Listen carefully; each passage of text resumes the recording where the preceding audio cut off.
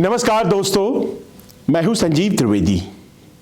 एक छोटा सा हिसाब है कि बजट अगर 78,000 करोड़ का है और जो मुफ्त की योजनाएं हैं उसे पूरा करने में करीब 25,000 करोड़ खर्च हो रही हैं।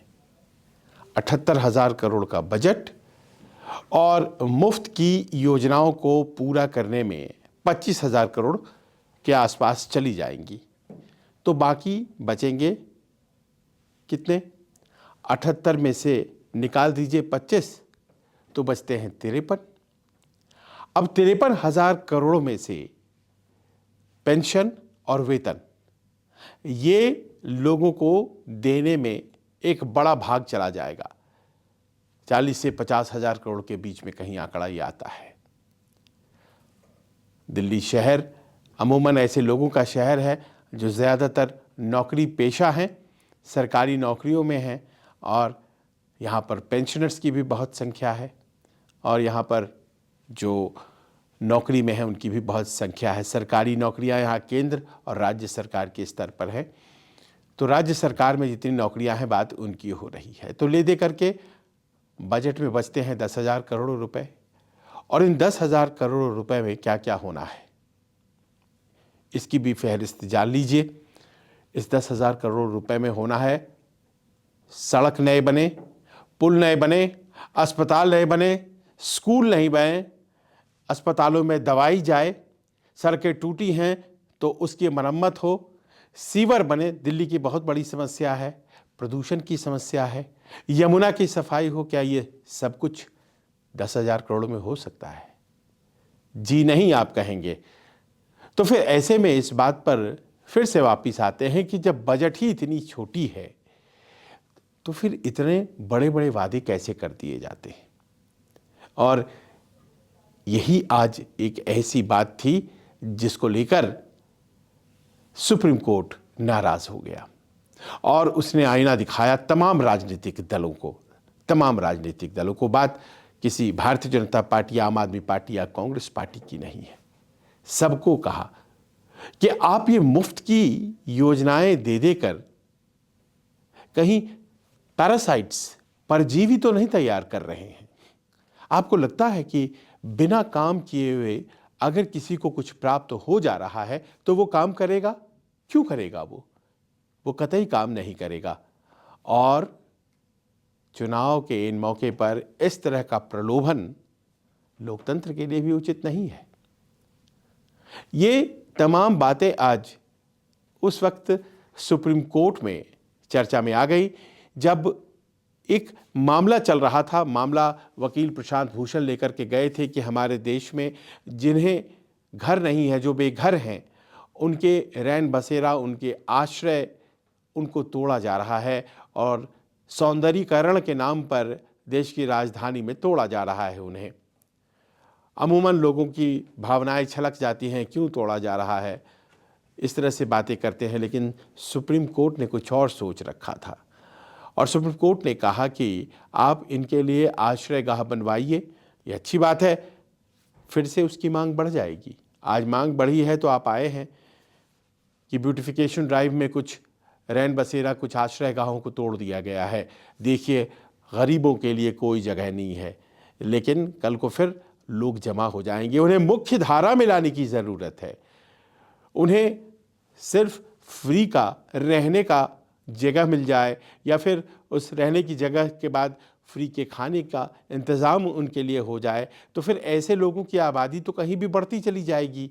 वो दूसरे शहरों से आने लगेंगे। ये देश की राजधानी है, तो बेहतर ये होगा कि ऐसे लोगों को आप मुख्य धारा में कैसे लाना चाहते हैं इस बारे में सोचें।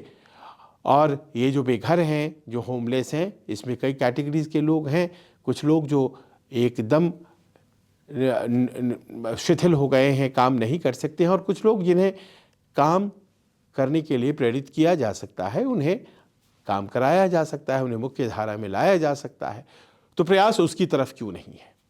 और ये कहते कहते सुप्रीम कोर्ट के जजेस ने दरअसल उस नब्ज को छू दिया जो आज की तारीख में हर व्यक्ति महसूस तो कर रहा है लेकिन बोलने की हिम्मत नहीं कर रहा है। और वो ये कि आखिर चुनाव के वक्त इतनी मुफ्त की योजनाओं की घोषणा क्यों कर दी जाती है? क्यों कह दिया जाता है कि हम आपको ये भी मुफ्त दे देंगे, वो भी मुफ्त दे देंगे, वो भी मुफ्त आपको मिल जाएगा, और उसके बाद सब लोग किसी को जिताकर इंतजार करना शुरू कर देते हैं। आप सोचिए कि कैसी स्थिति बन जाती है जिसमें कोई भी दल, अभी हाल में जो दिल्ली में चुनाव हुए हैं, या उसके पहले महाराष्ट्र में हुए थे, या उसके पहले हरियाणा में और दूसरी जगहों पर हुए थे, झारखंड में जो चुनाव हुए थे, इन सब जगहों पर एक से एक बढ़कर योजनाएं दी जा रही थी। और दिल्ली में तो हद ही हो गया, एक प्रेस कॉन्फ्रेंस खत्म होता था, दूसरा प्रेस कॉन्फ्रेंस वादों वाला शुरू हो जाता था। एक ने कहा हम 1,000 रुपये देंगे, 1,000 रुपये देंगे, अगर ये हम पास करने में सफल हुए तो प्रति माह हर महिला को दिल्ली में 1,000 रुपये, और अगर हम जीत गए, दोबारा से जीत कर आते हैं, तो ये 1,000 रुपये 2,100 में तब्दील हो जाएगा, यानी कि दिल्ली में हर महिला को 2,100 रुपये दिए जाएंगे। अब ये आम आदमी पार्टी का वादा सुनकर के भारतीय जनता पार्टी को लगा ये तो बहुत गड़बड़ है, तो उन्होंने कहा कि हम 2,500 रुपये देंगे, हर महिला को हम 2,500 रुपये देंगे। अब ये 2,500 रुपये वाली बात सुनी आम आदमी पार्टी 2,100, भारतीय जनता पार्टी 2,500, तो कांग्रेस जो कि गंभीरता से चुनाव लड़ रही थी उसने कहा हम भी 2,500 रुपये दिया करेंगे हर महिला को। इतना ही नहीं, हम छात्रों को 8,500 रुपये महीने, जो बेरोजगार हैं उनको अप्रेंटिसशिप दिया करेंगे, 8,500 रुपये बेरोजगारों को दे देंगे अप्रेंटिसशिप। अरे साहब, 8,500 रुपये की तो यहाँ पर नौकरी शुरुआत में बड़ी मुश्किल से मिलती है लोगों को। कैसी बातें हैं ये? अगर कोई अनस्किल्ड लेबर है, सिंपल पढ़ाई करी है, तो उसके लिए 8-10 हज़ार रुपये की शुरुआती नौकरी खोजनी मुश्किल हो जाती है, पर कांग्रेस वाले ये कहते हैं, आप सोचिए। और ये कह करके वो लोगों को, वोटर्स को अपनी तरफ खींचने के लिए प्रयत्नरत हो जाते हैं। लोगों को लगता है कि अच्छा, ये तमाम बातें कही जा रही हैं तो हमें कुछ नया कहना होगा। भारतीय जनता पार्टी आई, उसने कहा हम गर्भवती महिलाओं को 25,000 रुपये महीने, और वो जो अनाज हम दे रहे हैं फ्री का, वो तो चलता ही रहेगा, वो तो पूरे देश में चल रहा है, आपको हम अनाज फ्री का हम देंगे। तो अनाज फ्री का गर्भवती महिलाओं को 25,000। तो अब कांग्रेस को ये लगता है कि अगर ये कहीं ऐसा ना हो कि ये आगे बढ़ जाएं, उन्होंने सिलेंडर फ्री कर दी, उन्होंने सिलेंडर फ्री कर दी, तो आम आदमी पार्टी ने भी सिलेंडर फ्री कर दी। तो इस तरह से आप सोचिए कि खाने का इंतज़ाम हो रहा है, खाना बनाने का इंतज़ाम हो जा रहा है, और सब कुछ ऐसे वक्त पर हो रहा है जब चुनाव है। और यहीं से अंतर होता है कि योजनाएं क्या होती हैं और प्रलोभन क्या होता है। योजनाएं होती हैं, जैसे मान लीजिए कि शौचालय बनाने के लिए एक अभियान चल रहा है, स्वच्छता अभियान का हिस्सा है, और उसमें हर घर में जहाँ पर शौचालय नहीं है वहाँ बनाने के लिए अगर सरकार अनुदान राशि देती है, वो बात समझ में आती है, क्योंकि वो किसी चुनाव को ध्येय रखकर नहीं किया गया है, तो वहाँ पर पैसे जाते हैं, ये योजना है। लेकिन अगर चुनाव के ठीक पहले आप ये कहते हैं कि हम मुफ्त में सिलेंडर दिया करेंगे, या हम 500 रुपये में सिलेंडर दिया करेंगे, ये चुनाव के ठीक पहले, आप चुनाव के पहले ये बातें क्यों नहीं करते थे? बहुत पहले, ये चुनाव के ठीक पहले कैसे बातें अब करने लग पड़े हैं? क्या चुनाव के वक्त ही फ्री के सिलेंडर की ज़रूरत है लोगों को? चुनाव के बाद या चुनाव के बहुत पहले ज़रूरत नहीं है?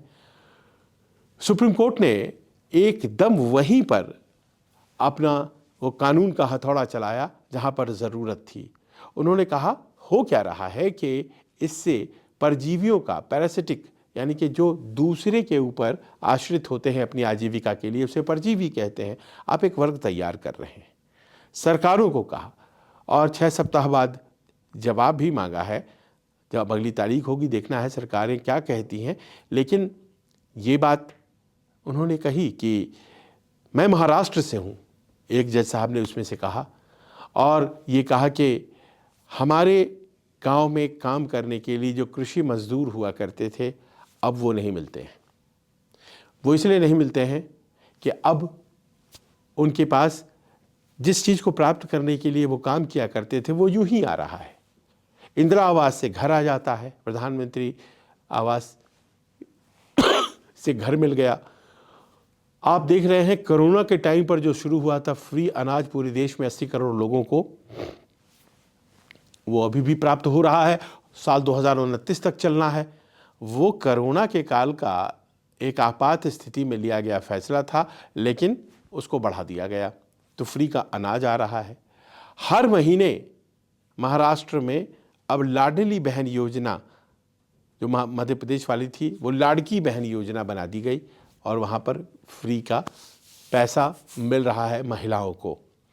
लाड़की बहन योजना 1500 रुपये, तो घर महिलाओं को 1500 रुपये मिल रहे हैं। किसान सम्मान निधि तो आ ही रहा है, हर पूरे साल में 12,000 रुपये।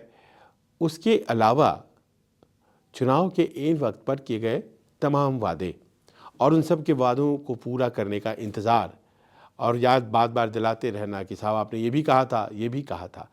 तो जब सारे इंतज़ाम घर में आ ही जा रहे हैं तो फिर कोई काम क्यों करे, काम करने के लिए प्रेरित क्यों हो? ये मैं नहीं कह रहा हूँ, सुप्रीम कोर्ट कह रही है।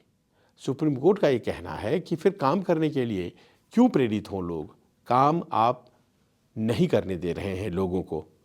और जैसा कि हमने शुरुआत में कहा था, आप एक बजट का बड़ा हिस्सा मुफ्त की रेवड़ियाँ बांटने में खर्च करें, एक बड़ा हिस्सा वेतन और पेंशन में खर्च करें, तो जिसे कहा जाता है कैपिटल एक्सपेंडिचर, यानी कि आधारभूत संरचना क्रिएट करने के लिए, वो सब कैसे बनेगा? मैन्युफैक्चरिंग के लिए कहाँ से आप तैयार करेंगे एसेट्स?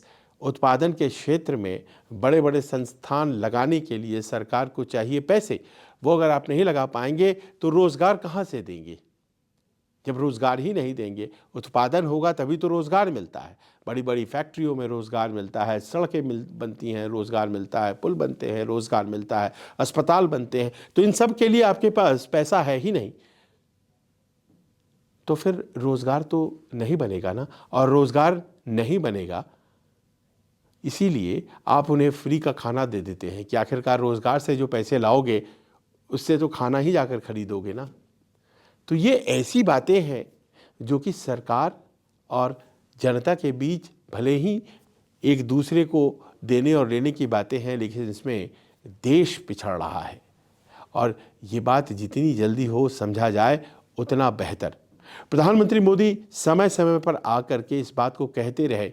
मुझे याद है बुंदेलखंड में 2022 में जून के महीने में एक सभा थी और उन्होंने रेवड़ी कल्चर पर बहुत कुछ बोला था। अरविंद केजरीवाल रेवड़ी कल्चर के मास्टर पॉलिटिशियन माने जाते हैं, और उन्होंने जिस तरह से बिजली फ्री, पानी फ्री, सब कुछ दिल्ली में कर रखा, और नतीजा उसका ये हुआ है कि अब फ्री की कल्चर ही चल गई है। लेकिन फ्री से जीत नहीं होती है, सिर्फ फ्री से जीत नहीं होती है।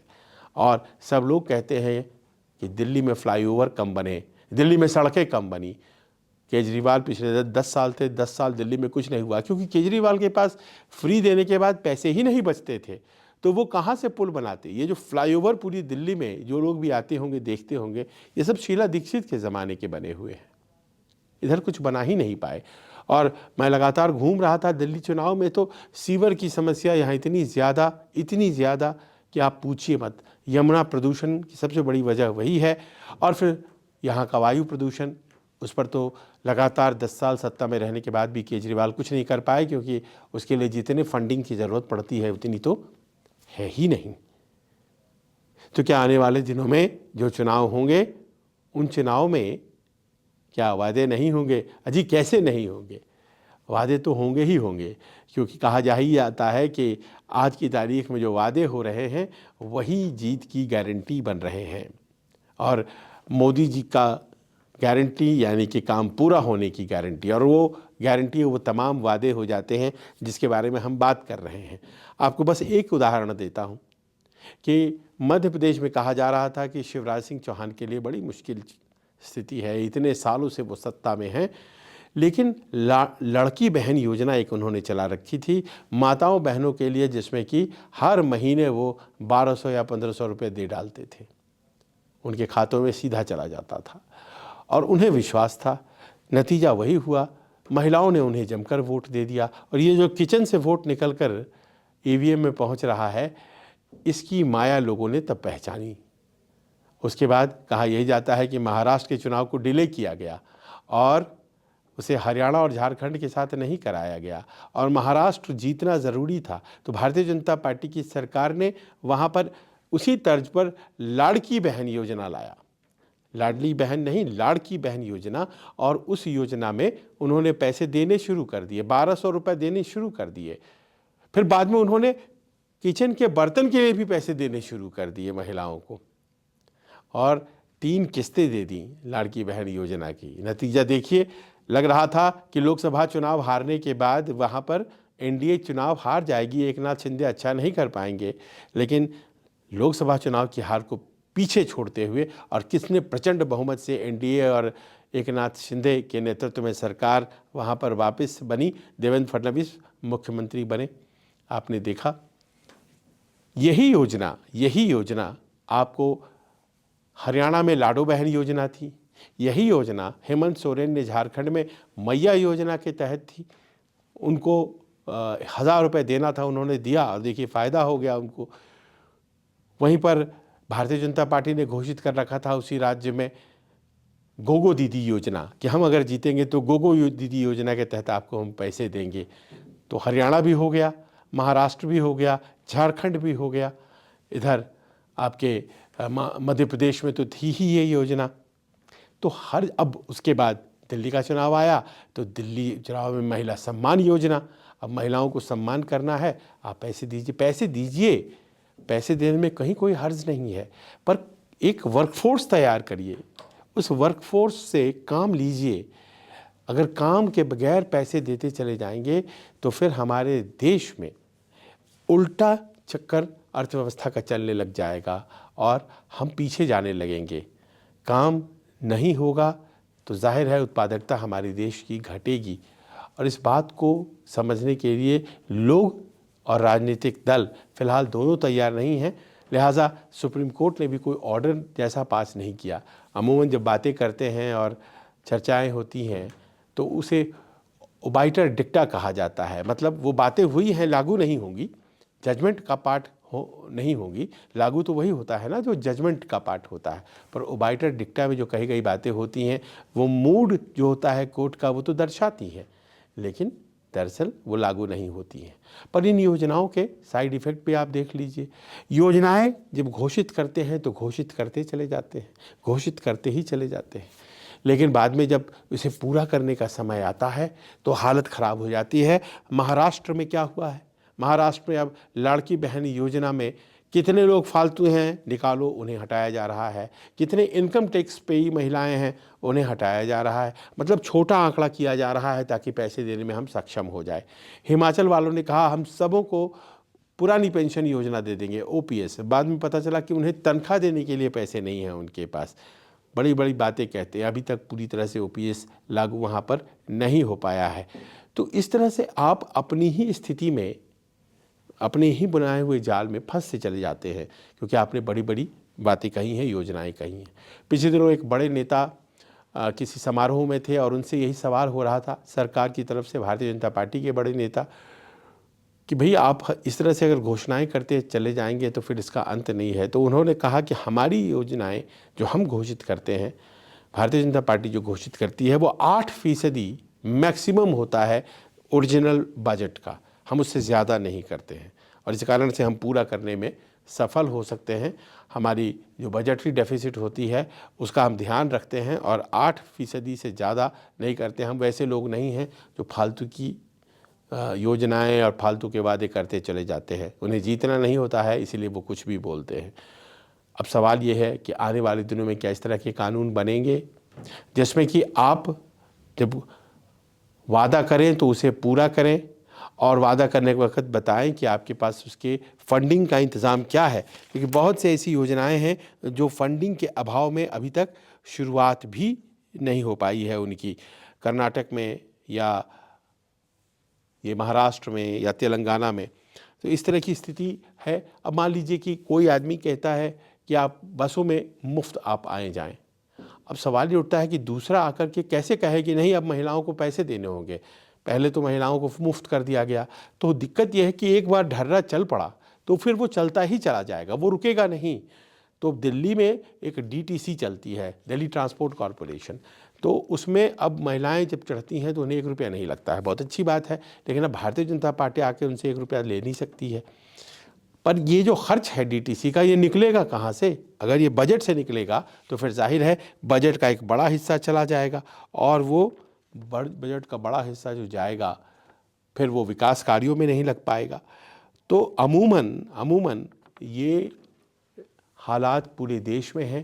पहले लोग चुनाव के एक रात पहले पैसे भेजा करते थे वोट खरीदने के लिए, लेकिन वोट खरीद लिए जाते थे, और उसके बाद अब ये स्थिति हो गई है कि वोट ऐसे नहीं खरीदे जा रहे हैं, अब सरकारी पैसे से ही वोट खरीद लिए जा रहे हैं। या फिर ये कहा जा रहा है कि हम सरकार में आए तो आपको हम इतने पैसे दे देंगे, आप हमें वोट दे दो। ये नया चलन है, और अगर इस चलन को रोका नहीं जाता है तो हमारी अर्थव्यवस्था पर इसका बहुत प्रतिकूल प्रभाव पड़ने वाला है।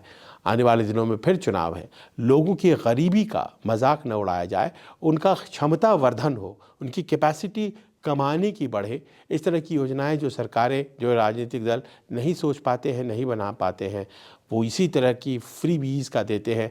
ये अर्थशास्त्री कहते हैं कि बैंड एड वाला अरेंजमेंट है। कहीं अगर छोटा कट लग गया है, खून बह रहा है, तो आप बैंड एड लगा देते हैं। बैंड एड इलाज नहीं है, इलाज तो कोई दवा होगी ना, और उस दवा को प्राप्त नहीं कर पा रहे हैं लोग, तो इस तरह की योजनाएं आगे कर दे रहे हैं और पब्लिक भ्रमित हो जा रही है। कृषि मजदूर नहीं मिल रहे हैं, इंडस्ट्रियल सेंटर्स में आपको उस तरह के स्किल्ड लेबर नहीं मिल रहे हैं। अमूमन घरों के आसपास जो काम करने वाले लोग होते थे, जितनी संख्या में मिलते थे, वो नहीं मिल रहे हैं। सबों को अगर फ्री आएगा तो जाहिर है कि काम करने की प्रेरणा घटेगी, एक वर्ग पर बोझ बढ़ता चला जाएगा, दूसरा वर्ग आराम से अपना ज़िंदगी बसर करेगा, और ऐसे में देश एकजुट होकर के आगे बढ़ पाएगा, इस बात की संभावना ज़रा कम जाती है। सोचना केवल आम आदमी को नहीं बल्कि इन राजनीतिक दलों को है। कैसा लगा आपको ये न्यूज़ वीडियो? अपने कमेंट्स के ज़रिए हमें ज़रूर बताइए। नमस्कार, मैं हूं मानक गुप्ता। अगर आपको हमारा ये वीडियो पसंद आया हो तो इसे लाइक और शेयर जरूर करें, और हाँ, हमें सब्सक्राइब और फॉलो करना ना भूलें, ताकि आप देश और दुनिया की कोई खबर मिस ना करें। तो जुड़े रहिए हमारे साथ और देखते रहिए न्यूज़ 24।